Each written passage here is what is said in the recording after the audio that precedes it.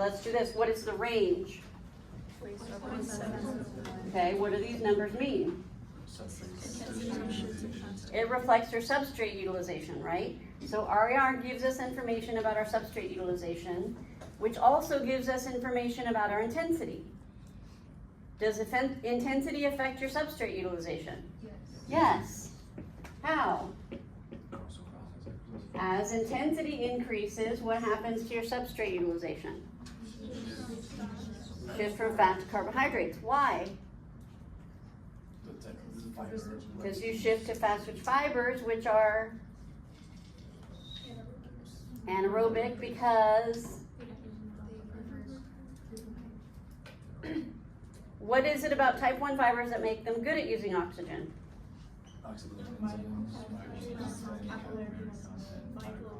Those 4 sisters. So when we use the fast-switch fibers, they have less of that. Therefore, they're less efficient at using oxygen. Therefore, they work anaerobically. If they're working anaerobically, they rely on carbohydrates. Okay? Very, very important concept to grasp. So, RER reflects substrate, which reflects intensity. You need to be able to explain those relationships. Can we ever be at 0.7? No. Why not? Glycolysis has to be running, so we're always using carbohydrates. So in reality, the lowest RER is 0.8, but theoretically, 0.7 is if you're using 100% fat. Can RER go above 1? Yes. When?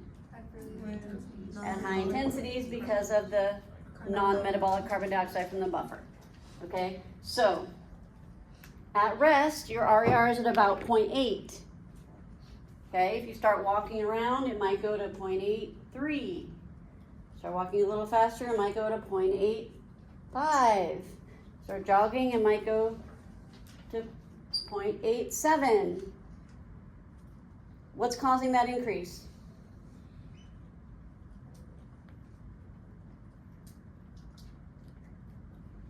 Exercise intensity. Yes. Yes. So this is where I don't understand the disconnect. We just said RER increases as exercise intensity increases because we shift to fast-twitch fibers, we shift to carbohydrates.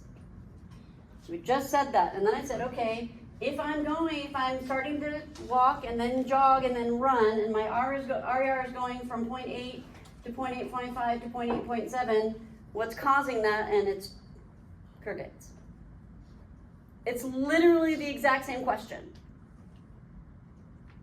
Okay? I first said it, as we increase intensity, we go from 0.7 to 1 because we're shifting to carbohydrates. I just made it more specific. I'm going from 0.85 to 0.87 to 0.9. What caused that? Shift to carbohydrates. Because of increased intensity, because of increased reliance on fast-twitch fibers, therefore anaerobic metabolism. Okay, so you can't just memorize a sentence that I say, and if I ask you what causes the increase from 0.7 to 1, you can answer, but if I ask you what causes the increase from 0.85 to 0.87, you can't answer. That means you don't understand, you've memorized. I need you to understand. That's the same question. Okay? You can't only be able to answer it if I ask it a certain way. You have to be able to think about it. Okay. We gotta move on. Anything you're confused about with that? Okay. 2 more concepts in this chapter that I need to cover. First one is lactate threshold.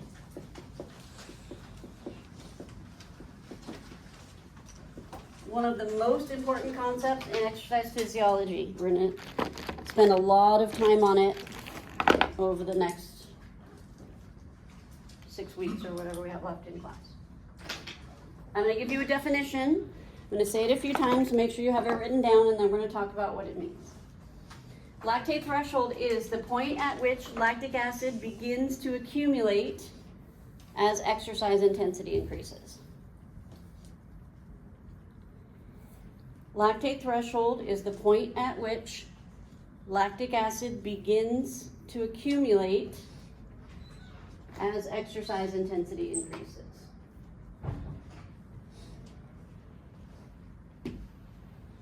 Lactate threshold is the point at which lactic acid begins to accumulate as exercise intensity increases. You got it? Do you need me to say it again? Okay, this is why you should be recording.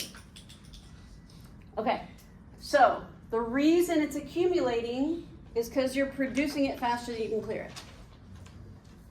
Right? This makes sense to you, yes? HLA is the abbreviation for lactic acid. I'm going to start writing that, so make sure you know what it means. So, lactic acid is always being produced. None of our systems ever turn off, but we have a lot of different pathways where we can clear it. So you're producing it and it gets cleared. It's not accumulating. As we increase exercise intensity, what happens to lactic acid production? Why? PFK gets activated. What does PFK activation do? Speeds up glycolysis, increases hydrogen production, decreases mitochondrial availability. Mitochondria is full. It can't accommodate the NADHs as fast as they're coming. So what happens? Drops off the hydrogen and electron at pyruvate, creating lactate. So we know that as exercise intensity increases, lactic acid production increases. At some point, as you're increasing intensity and increasing lactic acid production, you're going to begin to produce it faster than you can clear it, and it's going to begin to accumulate. You've hit your lactate threshold. You can feel that.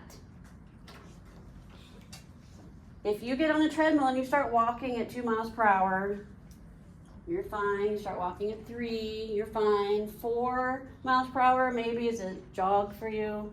You're fine. 5 miles per hour is a jog for you. You get to 6 or 7 or whatever it is for you, feels a little different. Now you start to feel a little bit of heat in your legs, breathing rate increases. What happened? You reach your lactate threshold. You reach the capacity of your mitochondria. Now you're overflowing and increasing lactic acid production. You feel that the burning you feel in your muscles is the accumulation of the hydrogen in the lactic acid. It's acid, it burns. You're producing it faster than you can clear it. Doesn't mean you have to stop. If you feel that at 6, you could probably stay there for a while if you're just starting to feel it a little bit. If you go to 7, it's going to be worse. If you go to 8, it's going to be worse. If you go to 9, it's going to be worse. If you go to 10, it's going to be worse. You're not going to be able to maintain those speeds for very long because the hydrogen is going to cause fatigue, which is our next chapter. Okay? So if we look at this on a graph,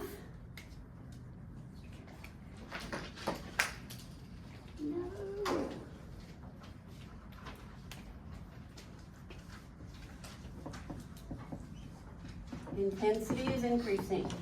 I'm just going to say low, medium, high. Blood lactate. I'm just going to say low, medium, high. In 446, you'll put numbers on that. At low intensity, there's lactic acid in your blood, but low to moderate intensity, not a whole lot changing. At some point, if you keep going 4 miles per hour, 5 miles per hour, 6 miles per hour, there's a shift.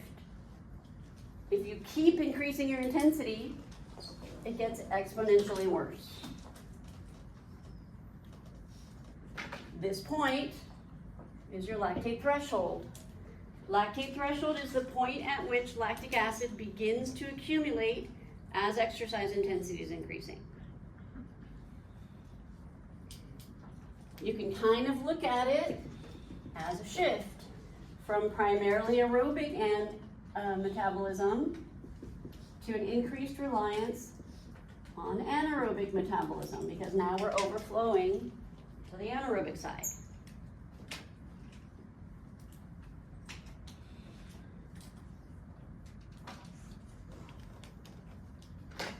didn't we also say that for this?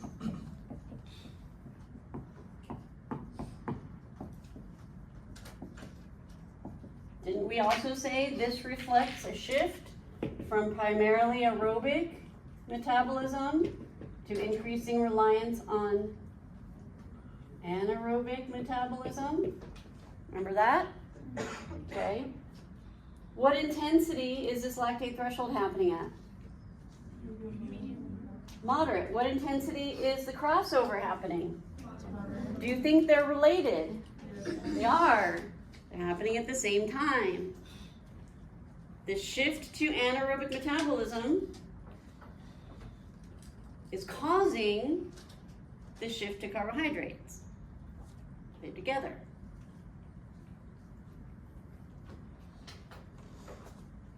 So this happens at moderate intensity. An untrained person, on average, will hit their lactate threshold at about 50% of their VO2 max. So let's put that in some context. Let's say we have an untrained young woman. What's your guess at what her VO2 max might be? 40 what? Okay, please always put units on your numbers. So, this person's VO2 max is 40 mLs per kg per minute. They're untrained, so we're going to assume their lactate threshold is about 50% of their VO2 max. What is your estimate of where they're hitting their lactate threshold? Could we calculate what speed that is on a treadmill? We should be able to. I'm not going to do it, but that's not very fast. That's maybe 4 miles per hour, 4.5 miles per hour. It's not very fast. So this person will not like running because it's above their lactate threshold. It's anaerobic, it's uncomfortable. Let's say they increase their lactate threshold. With training, you can increase your lactate threshold. I'm going to explain how in a few minutes. Let's say she increases her lactate threshold to 70% of her VO2 max. Let's assume her VO2 max did not change, which is unlikely. But let's say her VO2 max did not change. Where is she now hitting her VO2 max? But 70% of 40. 28? Okay, that's a little better. That's probably a solid 5 miles per hour, maybe 5.2, something like that. So she'll be comfortable now with a reasonable jog. Okay, chances are though, when her lactate threshold increases, her VO2 max is also going to increase because the same training will increase both. So let's say she trains for a while, she actually increases her VO2 max to 50 and increases her lactate threshold to 70% of that. What's 70% of 50? 35? Now she can run. Does that make sense to you? Okay, so training can improve your VO2 max. We talk about that at the end of the semester. Training can increase lactate threshold. We're going to talk about that right now. The benefit of having a high lactate threshold is that you can be aerobic at a higher intensity. Okay, so untrained, so intensity can be percent VO2 max, it can be speed on the treadmill. They're both intensity, right? So if an untrained person was hitting their lactate threshold at 5 miles per hour, a trained person might not hit their lactate threshold until 6 or 7 miles per hour, 8 miles per hour, 9 miles per hour. A runner can easily hold 9 miles per hour for a long period of time. They have a high lactate threshold. So the benefit of increasing your lactate threshold is that you can be aerobic at a higher intensity. So you'll be able to if you're aerobic, it means you can maintain it for a long time, right? If you're anaerobic, you're not going to be able to maintain that because there's going to be fatigue, which we're going to talk about next. If you're aerobic, you can maintain it long duration, okay? So your lactate threshold determines your endurance performance. If I were to take this group of 40 people out to the track and say, you're gonna race in a 5K. 5K is about 3 miles, okay? It's gonna take somewhere between 50 and 30 minutes, depending on your fitness level.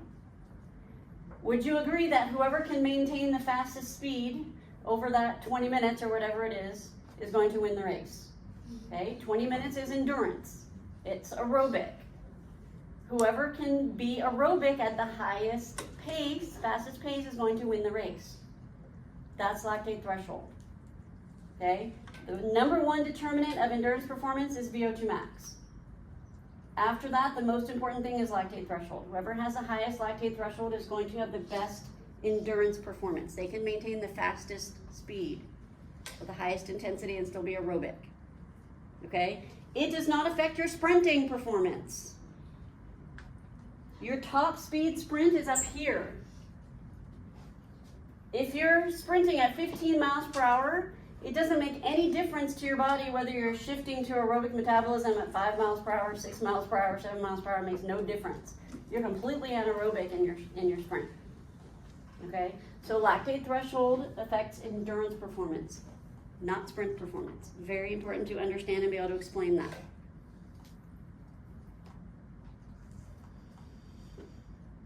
Okay, questions before I go into how to increase your lactate threshold? Go ahead. You said that as typically as people train, the lactate threshold will increase as well as VO2 max. Does it typically stay at 50%, or is it No, a trained person will have a lactate threshold at 60, 70, even 80% of their VO2 max. So that just increases at a significantly easier rate than VO2 max. Any other questions? Okay. Talk about how to, actually I need that to still be there. I'm gonna erase these numbers, is that okay? Okay. I'm gonna go over 2 ways to increase lactate threshold.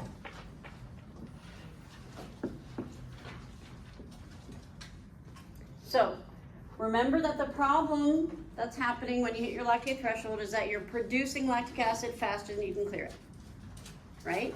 So, 2 ways to fix that are to either clear it faster or produce less of it. What does HLA stand for? Okay. So the problem when you hit your lactate threshold is that you're producing lactic acid faster than you can clear it. So you solve the problem either by getting better at clearing it or by producing less of it. So to get better at clearing it, we talked about all these ways we clear lactic acid. The main one that we can improve on is the buffer. You can convince your body to produce more bicarbonate buffer. The way you do that is by using it, challenging the pathway. Okay? If you don't challenge a pathway, why would it adapt? If you want a pathway to adapt, you have to challenge it and say, okay, we need more of this. So if you need to use that pathway, it means you need to exercise above your lactate threshold, using your bicarbonate buffer pathway. So you have to exercise anaerobically at a high intensity. When you do that, you can't stay there for very long. So we work in intervals. High intensity, recover, high intensity, recover, high intensity, recover. This is high intensity interval training. It's anaerobic. If you train that way, it will trigger your body to produce more bicarbonate buffer. If you have more bicarbonate buffer, you're gonna be better at clearing the lactic acid when it's produced. Did you follow all that? Okay, so the way you clear lactic acid faster is by increasing the bicarbonate buffer. And every time you say bicarbonate buffer, I'd like you to write it out. So let's write it out. How do I write it?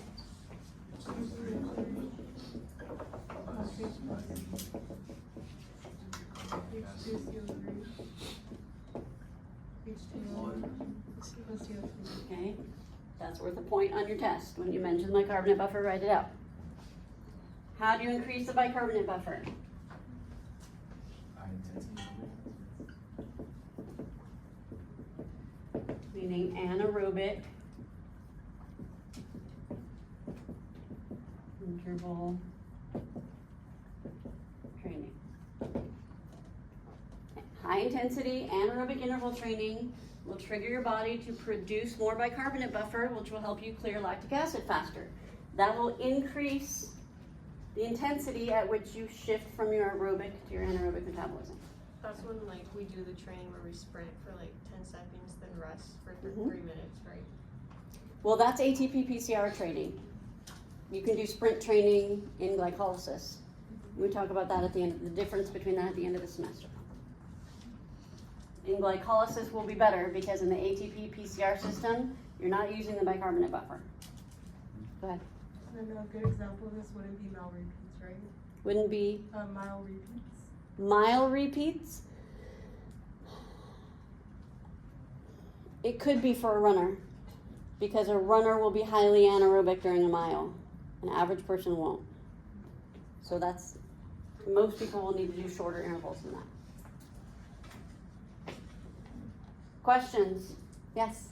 So would weight training count as high intensity anaerobic? No. Why not? I mean, you could argue that weight training, if you're training in glycolysis, will increase your bicarbonate buffer. But that's not gonna help your endurance performance nearly as much as sprint intervals.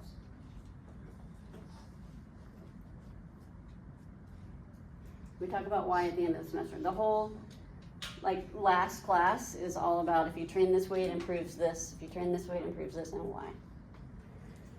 Okay, producing less lactic acid. Why is the lactic acid being produced so quickly? Mitochondria filled up. So if you want to produce less lactic acid, you have to increase your mitochondrial density. You have to remodel the women's bathroom at the Staples Center and put in more stalls so you can accommodate more. Okay, you can get your mitochondria to grow bigger, you can grow more mitochondria. You do that by challenging that pathway, which you do during aerobic training. So if you do aerobic endurance training, which means you are at or below your lactate threshold, and you're staying there at least 20 minutes, your body responds to that by increasing mitochondrial density.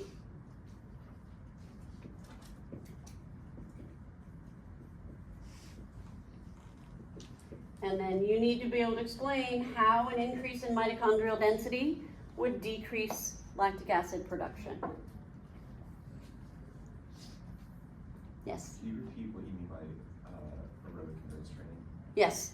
If you're doing aerobic training, it means you're at or below your lactate threshold. If you get above your lactate threshold, you're anaerobic by definition. So at or below your lactate threshold, you're aerobic.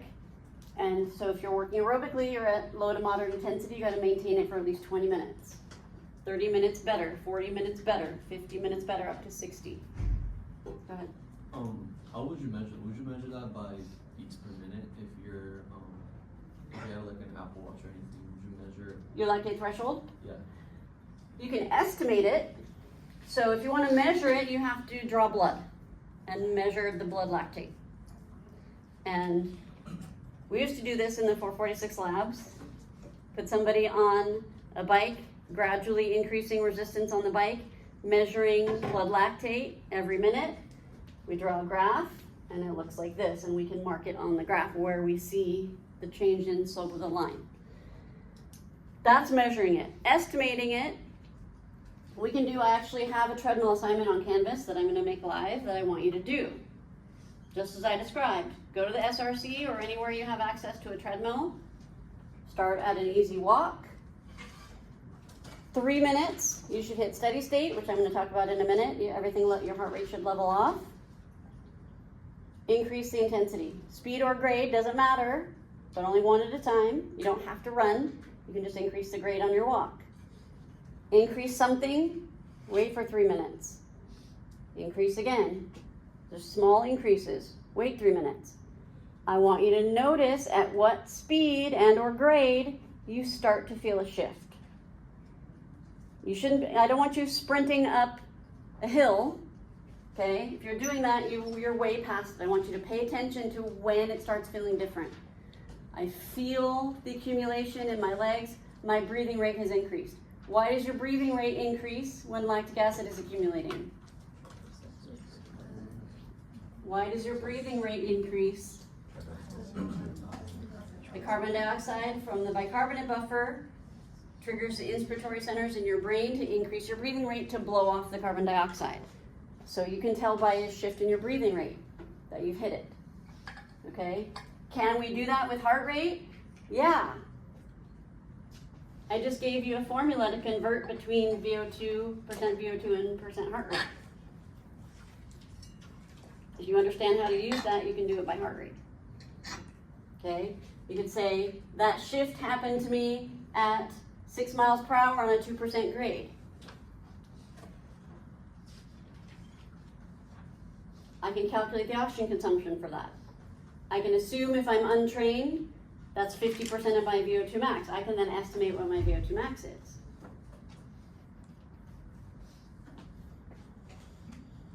Questions? Yes?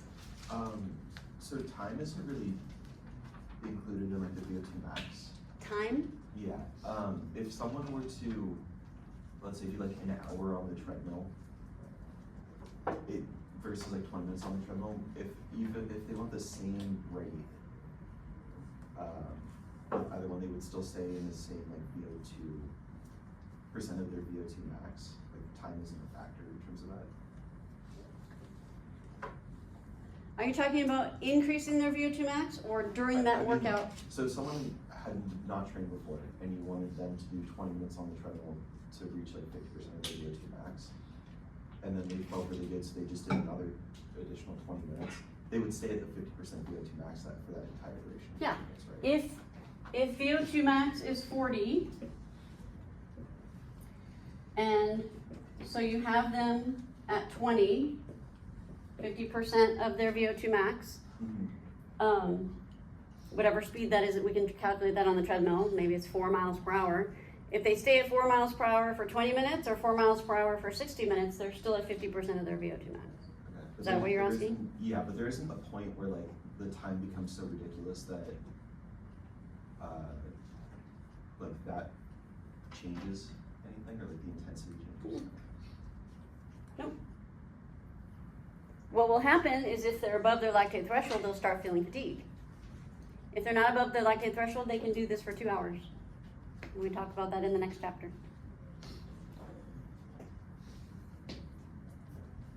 Yes? Is either way clearing lactic acid faster or producing less lactic acid, is one better than the other or more efficient? Great question.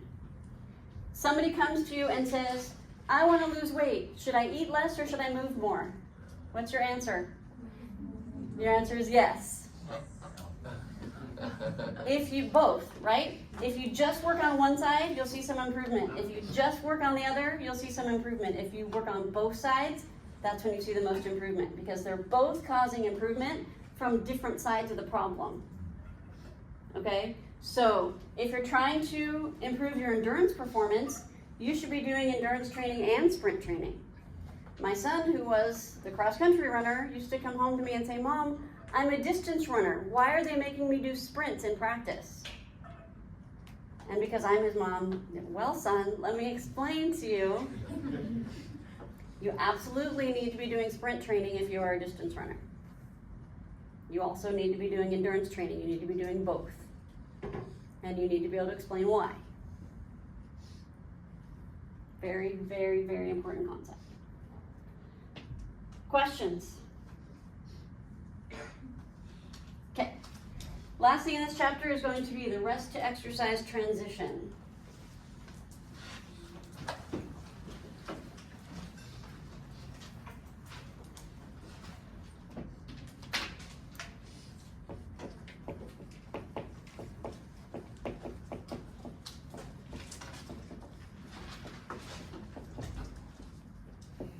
Okay, I'm going to give you a scenario. You don't need to write down the scenario. It's going to lead us into this concept. Okay? So we're transitioning from rest to exercise and back to rest. We're considering you resting right now. You've been sitting in your chair for a while. Are you consuming oxygen? Yes. Approximately how much? 3.5 what? mLs per kg per minute. Please always put a unit on your numbers. Okay, is everybody okay with that number? Say, if I said we are all going to go outside, stand up from your chair, you're going to go outside and you're going to run at a pace that's comfortable for you. You're going to run 3 laps around the building, and then you can come back and sit in your chair. After that run, sitting in your chair requires 3.5 mLs per kg per minute of oxygen because you're resting.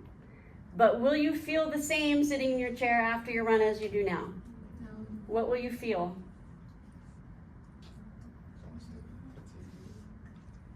But what does fatigue feel like? What are you feeling? After breathing rate.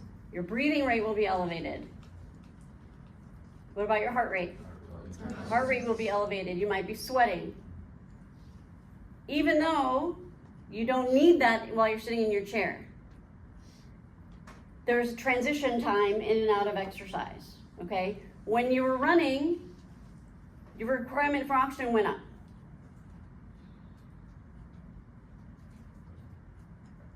You could maintain it for a while, so it was an aerobic intensity, okay? But a higher intensity than sitting in your chair.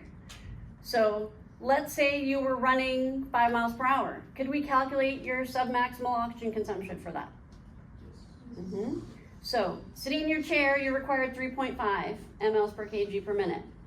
Running, maybe you required 25 mLs per kg per minute. And then sitting in your chair, you required 3.5 mLs per kg per minute. Okay, I'm going to draw that on a graph. Am I putting intensity on the x-axis?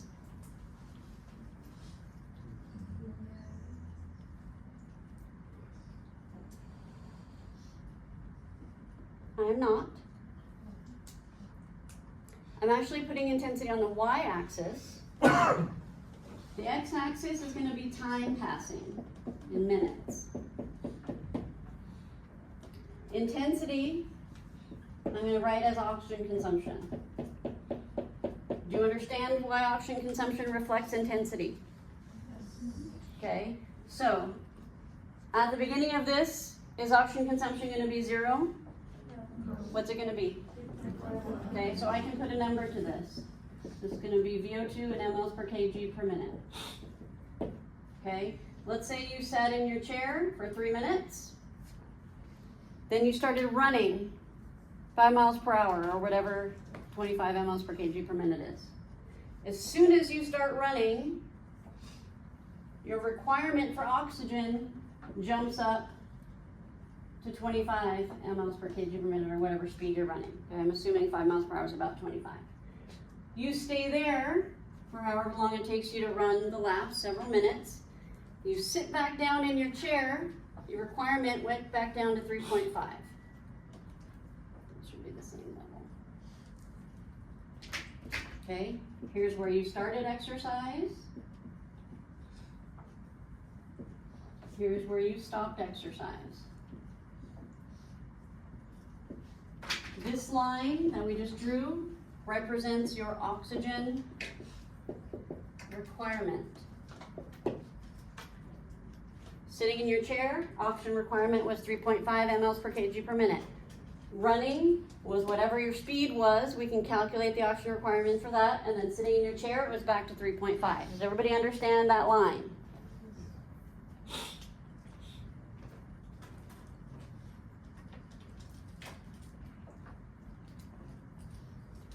If you label this as intensity on the x-axis, you gotta think about what that means. That means I'm increasing intensity, but my oxygen consumption is staying the same. Does that make any sense? No, don't put intensity down there. Time is passing, and I'm changing my intensity over time. I'm resting, I'm exercising, I'm resting. Okay, so now I'm going to draw a line for your actual oxygen consumption. What you consume and what you require are not always the same. If they are the same, you're comfortable. Right now, are you getting enough oxygen? Okay, your oxygen requirement is met. You're consuming the same amount of oxygen that you require. So this line is going to be right on top of this one. I'm going to draw it right here so you can see it, but they're equal. As soon as you started running, your requirement jumped up to whatever intensity you were at. It takes time for your consumption to get there. There's a transition. This is anaerobic by definition. You're not consuming enough oxygen for the intensity that you're at. This is why people don't like running. Because the first couple of minutes are uncomfortable. But if you're at a pace that's underneath your lactate threshold, you'll eventually meet the requirement. Okay? If your pace is above your lactate threshold, you'll never meet the requirement and you'll always be uncomfortable. Okay? If your pace is underneath your lactate threshold, within about 3 minutes, you should reach it. And you're comfortable and you can keep going. As soon as you sit down, your oxygen requirement drops back down to 3.5, but it takes time for your consumption to transition back to rest, which is why your breathing rate remains elevated after you sit down.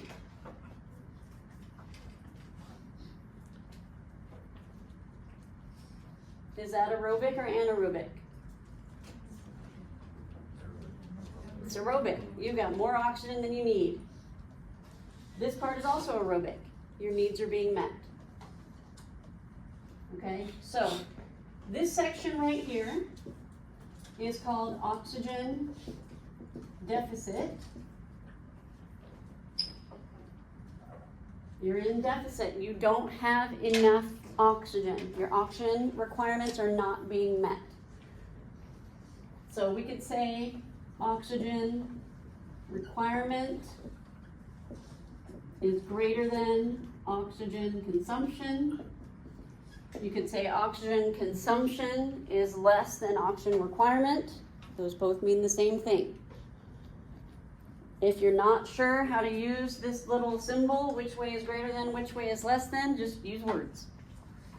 But the alligator wants to eat the bigger one. So in oxygen deficit, the requirement is higher than the consumption. You're not getting enough oxygen, you're working anaerobically.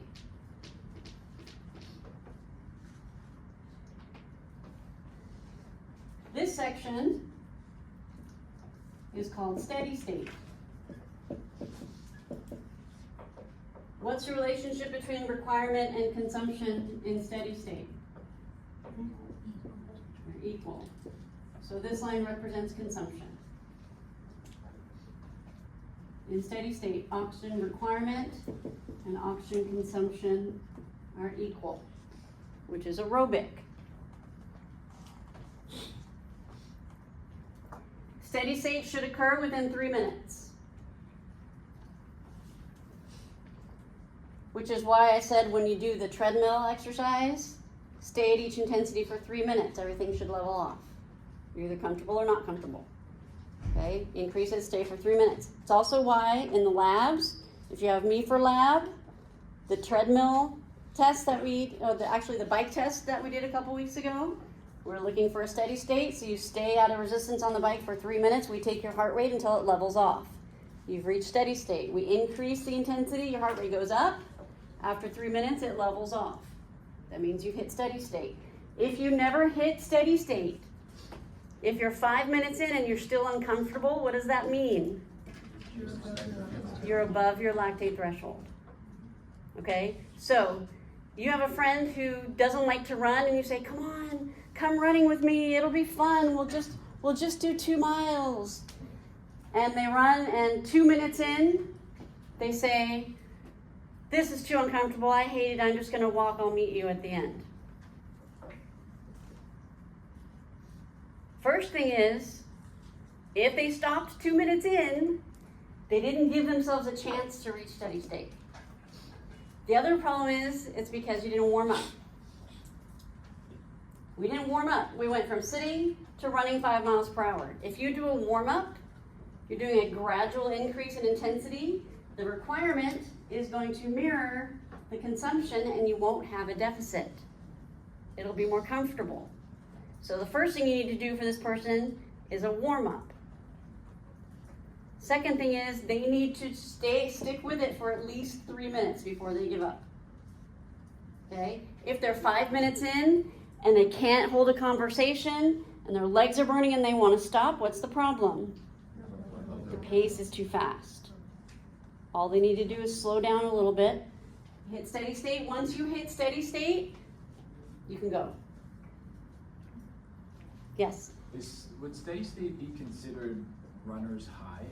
So a runner's high it's a hormone release, so it's different. It happens in steady state after you've been in steady state for a while. Okay. Steady state just means you're working aerobically and your heart rate and your oxygen consumption is leveled off. And it should be comfortable. Okay? This section we call EPOC. Anybody know what it stands for? Excess post-exercise, oxygen consumption. Excess post-exercise oxygen consumption. What's the relationship between consumption and requirement here? It's like the vice versa. Which is higher? Oxygen consumption is greater than oxygen requirement, or you could say requirement is less than consumption. Okay? Excess, meaning more than you need. Post-exercise, meaning after we've stopped exercising, oxygen consumption. Excess oxygen consumption after we stop exercising. Okay? So we sit down, but our breathing rate is elevated. We're taking in more oxygen than you need. The larger the deficit you create, the larger the EPOC. Because what you're doing in EPOC is paying back everything you borrowed during the deficit. So if you do a warm-up and don't create much of a deficit, you won't be out of breath when you stop. If you're doing a 5-mile run and you just casually finish and stop, you should not be out of breath after that. If you're doing a 5-mile run and you sprint the last 100 meters because you're in a race, you'll be out of breath after that. But if you're just running at steady state, you've done a warm-up, you're running at steady state and you stop, you're not out of breath. Try it. The EPOC reflects the deficit. Deficit and EPOC are not necessarily bad. Sometimes we create a deficit on purpose. For example, in high-intensity interval training. When you're in the work interval, you're anaerobic. You're never going to hit steady state. We're purposely creating deficit over and over and over and over again.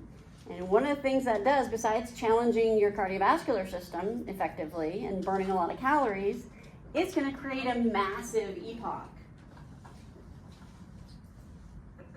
Very high intensity interval training can create an EPOC that lasts for 48 hours, which means your metabolic rate is elevated. for 24 to 48 hours after a very high intensity interval workout, which is one of the reasons it's so effective for weight loss. Ricky? So like, kind of like giving like an analogy or an example, like that's the reason why Orange Theory loves doing their like the all-out sprints on the treadmills, and then they'll revert back to that walking pace, and yeah, that semblance. Yep. So deficit and EPOC are not necessarily bad. You just need to understand what they are, and you're either trying to create them or you're not. Or you're trying to avoid them, but be aware of them. Questions on that? Yes? Does steady state always happen at 3 minutes for everyone, or? Within 3 minutes, it should. It should. Yeah. I mean, it's possible it could take 4 because human bodies are not black and white like a switch at 3 minutes. But most people, if they're at an aerobic intensity, will reach steady state within 3 minutes. Go ahead. It took 3 minutes for the PCR system to recover, right? Is that coincidental that it's just? Yeah. Should we memorize that graph? Yes, you need to draw and explain this graph. Yes, go ahead. What if you don't hit steady state, but you're still going? Which one are you mostly training? Which system? Depends how high above your lactate threshold you are. Like if you're doing like an hour run and 15 minutes and you're like, if you're not hitting like the steady state, but you keep going through the whole hour. You've hit a steady state. You hit it? Yeah. Do you think your heart rate is still increasing? You've been in for an hour? Not if you hold the same pace. Exactly. So if you're running, let's say you're running 7 miles per hour for an hour. What should your heart rate be doing for that hour? Because that's steady state. So your heart rate is leveled off, your oxygen consumption has leveled off. It's possible towards the end of that, your heart rate's going to start to creep up. That's cardiovascular drift, which we're going to talk about at the end of the cardiovascular chapter. That's because of dehydration. But if you're going for an hour, you're in steady state, for sure. You can't be anaerobic for an hour. Impossible. Yes? Sorry, really quick question. So you call this graph rest to exercise transition, or is it called EPOC? Because I saw something on the study. People refer to it as the EPOC graph. Technically, in the book, it's referred to rest to exercise transition. It's actually rest to exercise and back to rest. But people call it the EPOC graph. But that's not its official name. Some things that are occurring during EPOC, you're clearing the hydrogen from the lactic acid, right? Because during this deficit, were you producing lactic acid? Yeah, because you were in glycolysis. You were working anaerobically. So you're not going to get to clear much of that until you stop exercising. So you clear the hydrogen, which also involves clearing the lactic acid. You're also clearing the carbon dioxide, which is from both the metabolic system and the buffer. How do we clear carbon dioxide? We exhale it. So the increased breathing rate is helping us clear the carbon dioxide, which is also helping us clear the hydrogen and the lactic acid. Okay, we are restoring temperature. So we're thermoregulating, right? Our body heated up during this exercise. We've got to cool it back down, so we're sweating. A lot of times, do you notice, you don't feel like you're sweating a whole lot during the exercise, but as soon as you stop, you're sweating? That's what's happening. You're thermoregulating, restoring your temperature. We are going to replenish ATP stores. Remember, we store ATP in the muscle that we used at the beginning of this in the ATP PCR system. We're replenishing that during EPOC as well.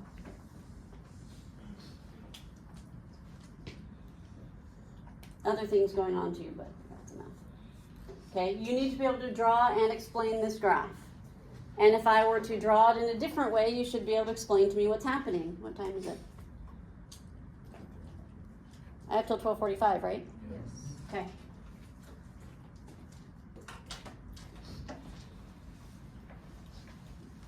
What if I were to do this?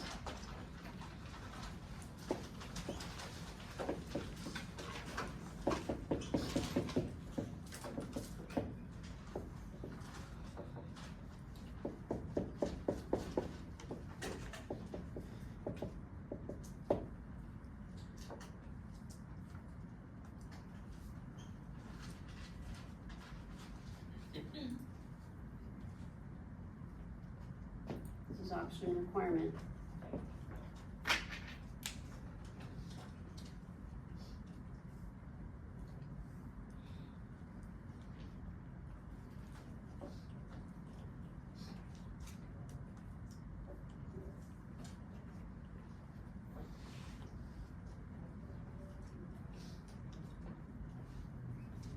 That's not realistic.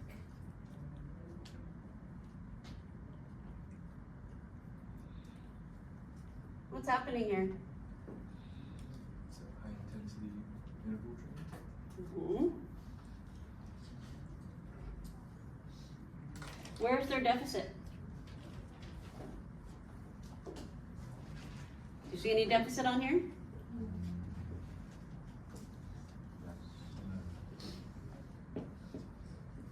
The red is oxygen consumption, the black is oxygen requirement.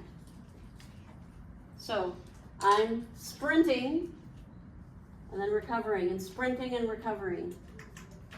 Is there deficit on here? Where? Where the requirement is higher than the consumption is a deficit by definition. Requirement is higher than consumption. So all of this is deficit. That's why it's uncomfortable. Is there a steady state on here?